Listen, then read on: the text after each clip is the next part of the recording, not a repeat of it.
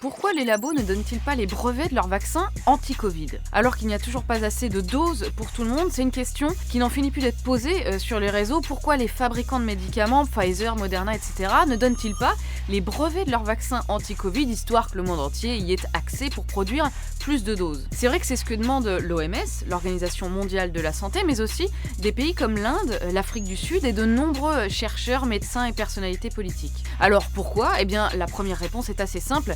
C'est parce qu'ils ne veulent pas, tout simplement. L'argument de Moderna, Pfizer ou encore BioNTech, c'est de dire que donner leur brevet, ça couperait l'envie des financiers d'investir de l'argent dans de futures recherches. En clair, ceux qui financent le font pour avoir un retour sur investissement, pour que la trouvaille leur rapporte, pas dans un but humanitaire ou caritatif. Mais alors, est-ce que les États ne peuvent pas forcer les labos? Eh bien, c'est beaucoup plus compliqué que ça en a l'air, parce que pour libérer un brevet, il faut négocier financièrement avec celui qui détient le brevet, et ça prend des mois, voire des années. Sans accord, ce serait du vol de propriété intellectuelle, donc c'est impossible.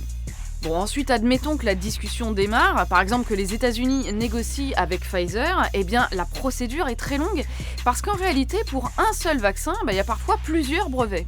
Par exemple, le vaccin Pfizer, il peut être produit parce que le géant du médicament a acheté très cher un premier brevet en 2005, celui sur la technologie ARN messager, puis d'autres brevets sur la production de cette biotechnologie, et enfin, le brevet de la formule ARN messager spécialement adaptée au Covid créé par le labo BioNTech. Ça fait quand même beaucoup de brevets à négocier.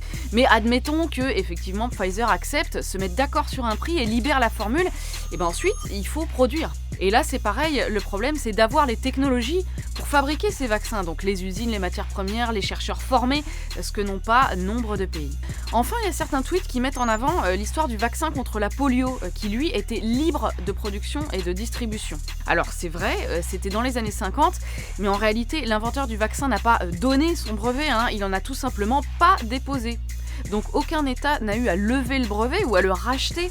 C'est donc pas du tout comparable avec le Covid, d'autant qu'il a fallu des années pour trouver la formule vaccinale contre la polio sans financement spécifique, alors que là, les chercheurs qui ont trouvé la formule anti-Covid l'ont fait en moins d'un an, justement parce que Pfizer a acheté le brevet, versé de l'argent avant même qu'il soit déposé. Conclusion, derrière cette question de savoir pourquoi les formules de vaccins ne sont pas en libre accès, il y a beaucoup de droits, de textes de loi et d'économie, de lois du marché, et c'est ce qui fait que la réponse à ce pourquoi est plus idéologique que purement technique, parce que techniquement, en vrai, c'est tout à fait faisable.